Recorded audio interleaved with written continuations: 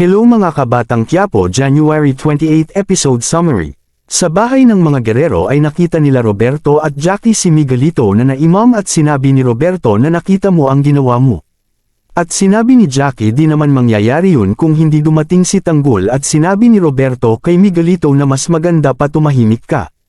At sinabi ni Roberto dapat bago kayo gumawa o kumilos iniisip ninyo muna ang kakalabasan ng gagawin ninyo bago kayo kumilos.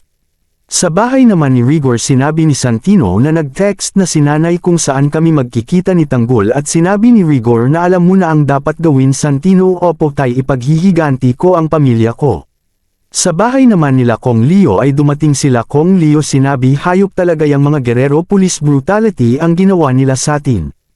At tinanong ni Kamang Leo ay Merits kamusta kayo dito? Kamusta na si Santino at Tanggol at sinabi ni Merits na ayon magkikita nga sa Ayla at iaayos ang lahat. At sinabi ni Kong mabuti naman at inayos na niya kasi siya panaman ang magiging Mayor Manila. At dumating ang isang konsihal at pinapanood ang video kung saan nagsalita si Commissioner.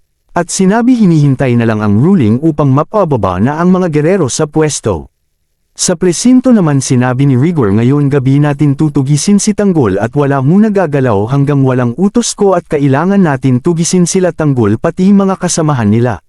Dead or alive sinabi ni Rigor na siya ang pumatay sa pamilya mo kaya ang sa isip mo ay dapat may paghigantay ko sila buhay man o patay. Pumunta na sila Santino sa lumang tambakan ng tren sa Bautista kasama sila Rigor at mga kapulisan. At sinabi ni Rigor sa mga tauhan nito pumwesto na kayo. At sinabi kay Santino ikaw na bahala at dumating na din sila Tanggol at sinabi ni Ramon na tandaan ninyo talasan ninyo ang mga mata ninyo. At papasok na sila sa loob at sinabi ni Tanggol na hindi ko siya papatulan sobrang mahal na.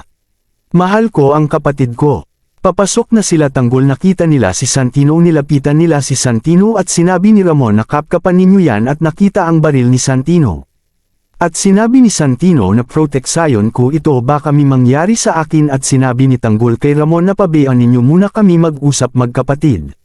At umalis na sila Ramon at kasama nito at sinabi ng isang pulis na Sir clear shot na ko kay Tanggol.